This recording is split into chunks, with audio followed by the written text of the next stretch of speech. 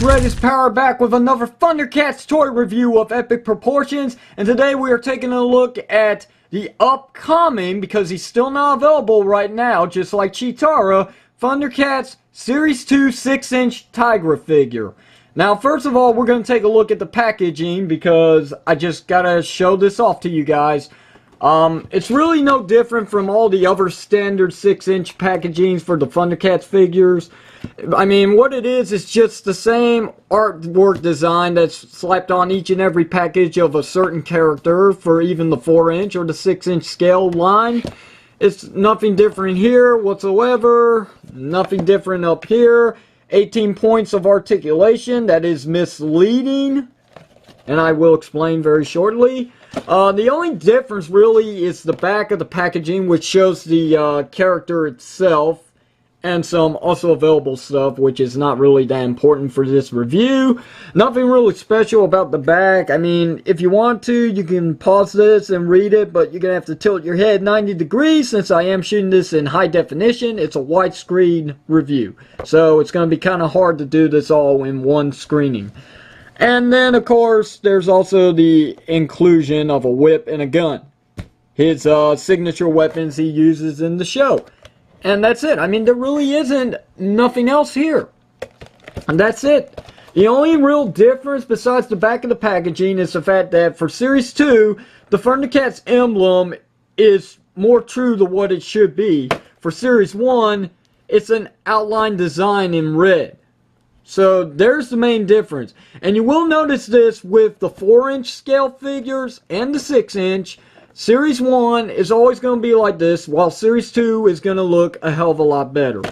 And I really have no idea what these snap tags do, because I have never gone online to check them out or see what any possibilities could occur with these things that are really not that important anyway. So let's just go ahead, get the packaging out of the way. With that out of the way, let's bring in Tygra himself.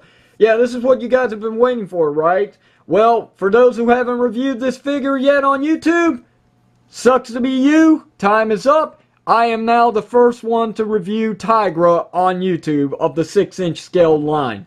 So, yay me. And if I'm not mistaken, I was also the first one to review Cheetara. Was I not? We'll look back into that very shortly. But, anyway, this figure is awesome. It is fantastic. And the sculpt on him. Let's talk about that sculpt. That is definitely show accuracy right there. And I don't know what the hell they were thinking. I'm talking about Bandai, of course, with Series 1. The sculpts were great, but their accuracy just really wasn't that spot on. Now, Series 2 did get a little better for the 4-inch line, because this is Series 2 Tygra. The head sculpt is a hell of a lot better than Series 1. But it's just something about it still doesn't look right, because I guess it's the fact that since it is a smaller figure, putting detail on such a smaller scale toy is very difficult. But when you've got a bigger scale figure, I mean, the possibilities are endless. I mean, you can really get in there and sculpt the head. So yeah, you can see the major difference between the two. So yeah, and not to also forget the fact that both these figures are awesome, and I do recommend them both. So yeah, I pretty much ruined the ending of this review, didn't I? Yeah, he's already well recommended. And I will show you why he's well recommended. Starting off with the 3 scores on these figures. The 3 scores on each figure of the Thundercats line that I love the most out of all of these figures. Okay, I pretty much judge the Thundercats line by 3 scores. And by that, I mean, starting off with 1, articulation. It's loaded. He's got more articulation than Lion-O. He's got more articulation than Cheetara, which is kind of sad because she's really restricted. And Panthro. He's got more articulation than Panthro, and when it really comes down to it, he's got more than Mumm-ra.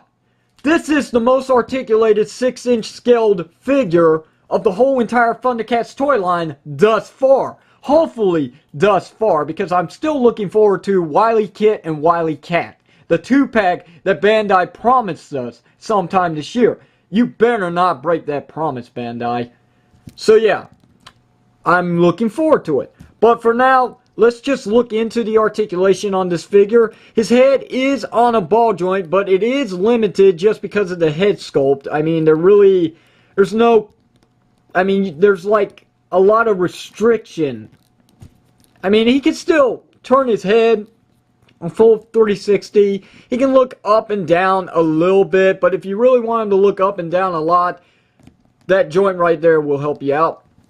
We'll get to that in a moment. That's it for the head joint. Now, the shoulder bits, I don't know what's going on. I mean, they are a little restricted, but nothing really too bad. Because of the new cut that they actually have on the joint for the arms, the connector piece itself for the shoulders, it is a little different. They've got like this hindrance piece built on the inside, which keeps his arms from going up completely. The only way to do that is to rotate it this way where screws are showing in the front, and there you go. So yeah, that's the only way, and I really do not like that joint, but I guess I can understand they're trying to keep it at a humanoid quality. So yeah, they're trying to pull off a figure arts, aren't they?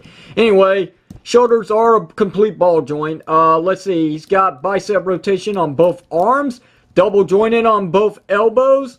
Now here's a big difference right here. This wrist has a swivel joint right here, a nice cut at the forearm, which is nice. And then the hand is a separate piece. It's a ball joint, so it goes in so many positions that you could possibly think of. So he's loaded here. Unfortunately though, because this is a different molded piece, the only area that actually has rotation is for the wrist, but because of the way the armor is designed, it is kind of hindered a little bit. So that's kind of disappointing, but you know what? I can understand. They're trying to keep it true to the show's accuracy, and, you know, I respect them for that. But other than that, I mean, the other bit of articulation for the upper part of the body is the fact that he's got, like, a upper body cut joint right here where he can move around like so. So, yeah, he's dancing. That's kind of cool. And then, of course, he's got waist articulation, which he can rotate, just not a full 360. Like I said, I guess they're trying to keep connected with the humanoid quality standard, so I guess that's understandable. But also it can help out with him looking up and down, like I said earlier. So I guess it's kind of like a ball joint. I'm not really sure. But really, that's it for the upper joints. Now, the lower joints is kind of disappointing because this is a complete molded piece. The belt does not hinder anything. It is a very, very soft rubber. The real problem with the leg piece itself is the fact that these armor bits right here on his thighs are one molded piece with the leg. So it does hinder the articulation. This is as far as he will split. I kid you not. You ain't getting any farther than this. But it is a ball joint, so it does swivel a little bit without being hindered by the armor bit.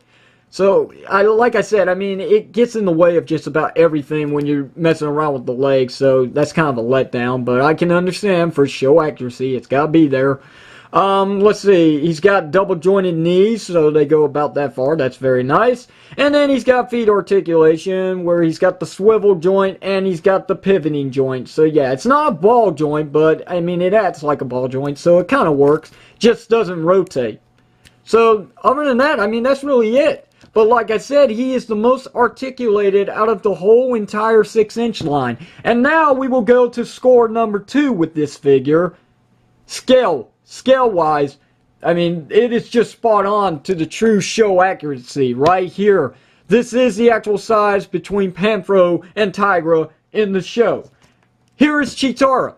Actual scale right there between the two. And then let's bring in his brother, Lion-O. So yes, you can see this is indeed true to the cartoon's actual scale of each figure.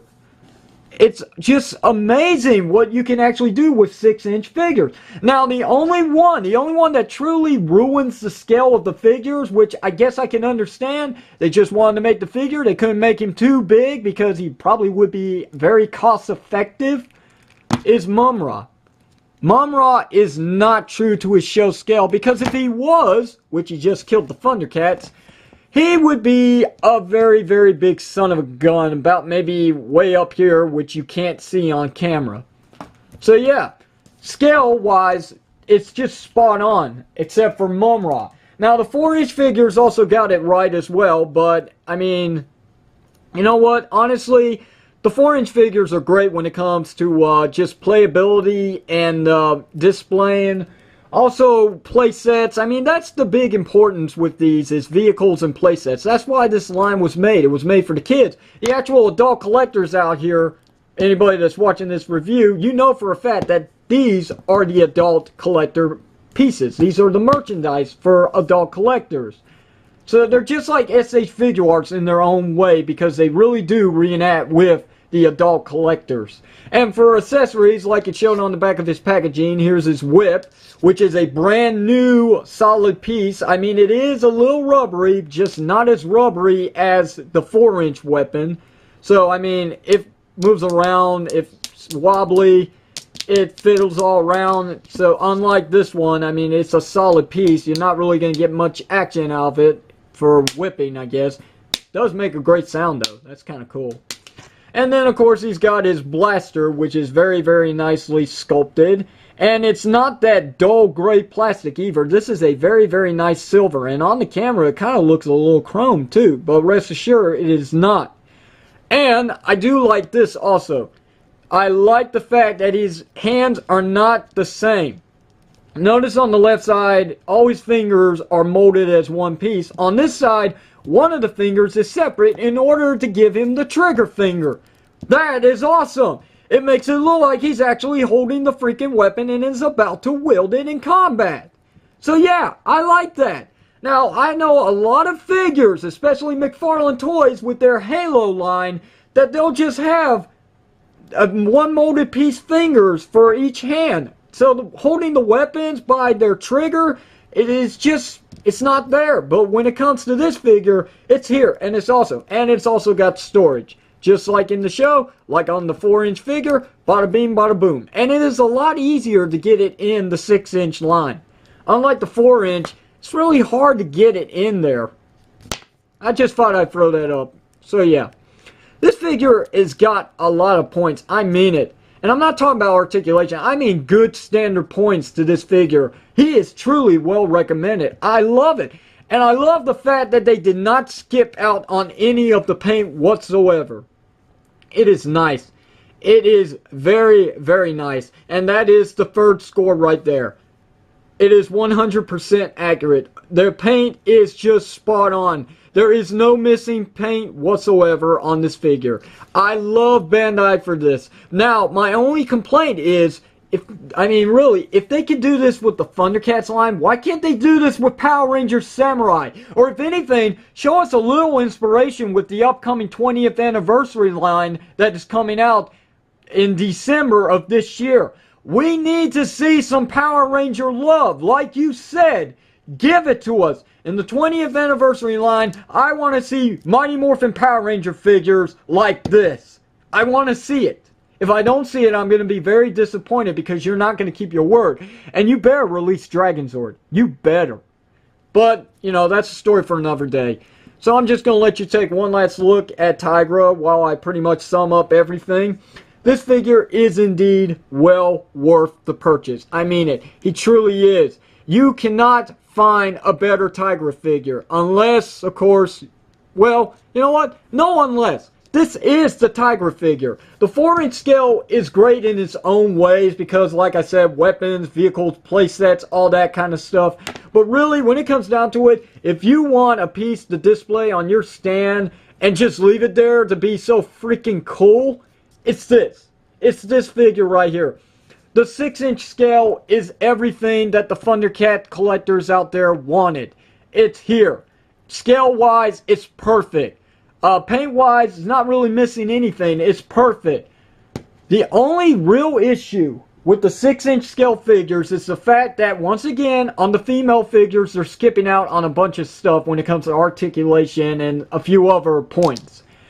And also, Mumm-ra is kind of a letdown, but, I mean, his sculpt is nice, and we'll get to him in time in a review. If you guys want me to review him, let me know down below. I will answer it. But until then, guys, that is it. I've got nothing else to say. This review is over. So that's it. That is the end review of the very first on YouTube Bandai Thundercats Series 2 6-inch line Tygra figure. If you have any questions or comments, leave them below. I will answer them when I have time. But please don't ask me where I got this figure, because honestly, guys, I've already told you I got him off of eBay. I did not find him in stores. They are still not available. These two are still not available right now. But hopefully when they do actually get their in-store release, hopefully we will see the 2-pack of Wily Kit and Wily Cat, because if we don't, Bandai, you've got some explaining to do. But that's it, guys. We are done. That is me, Red/Power/Silent Ranger, signing out. Thank you very much for watching, guys, and I will see you next time. Take care.